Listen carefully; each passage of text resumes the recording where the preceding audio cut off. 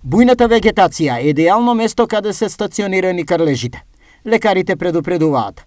Крлежите се причинители за пренесување на опасни заболувања. Зависно од типот на крлежот, зашто опасни се крлежите кои живеат во шумите или во грамушките, како шумски крлежи, кои се нарекуваат Ixodes ricinus, пренесуваат заболување кои е предизвикано од бактеријата Борелија и ја пренесуваат заболувањето лајмска болест, која е доста сериозно заболување, како и крлежи кај кои се најчесто се рачунаат дека се како кучешки крлежи, ги има кај кучињата и пренесуваат заболувања од типот на рикециози.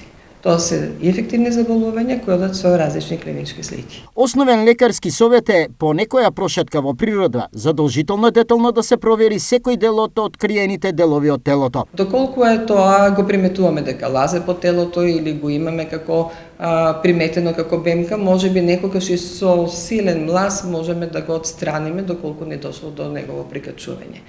Меѓутоа, доколку крлежот влегол веќе во телото, не може да се при допир, нели секако да се чукне, да се отстрани, значи тогаш препорачуваме да се со една дезинфекција на рацете со употреба на пинцета, да се проба и во домашни услови дали истиот може лабаво да се отстрани од телото. Значи, никогаш не треба да употребуваме сила, не треба да го потопуваме или да го со улје, со ацетон, не треба да го дразниме, зашто се смета дека во тој случај дека истиот ќе направи грч на мускулатурата на желудникот, на тој начин ќе го изфрли причинителот и ќе доаѓа до закадување.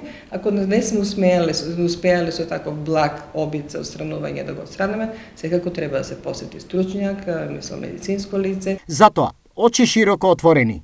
Немојте желбата да се ужива во убавините на јунското зеленило да заврши на инфективно.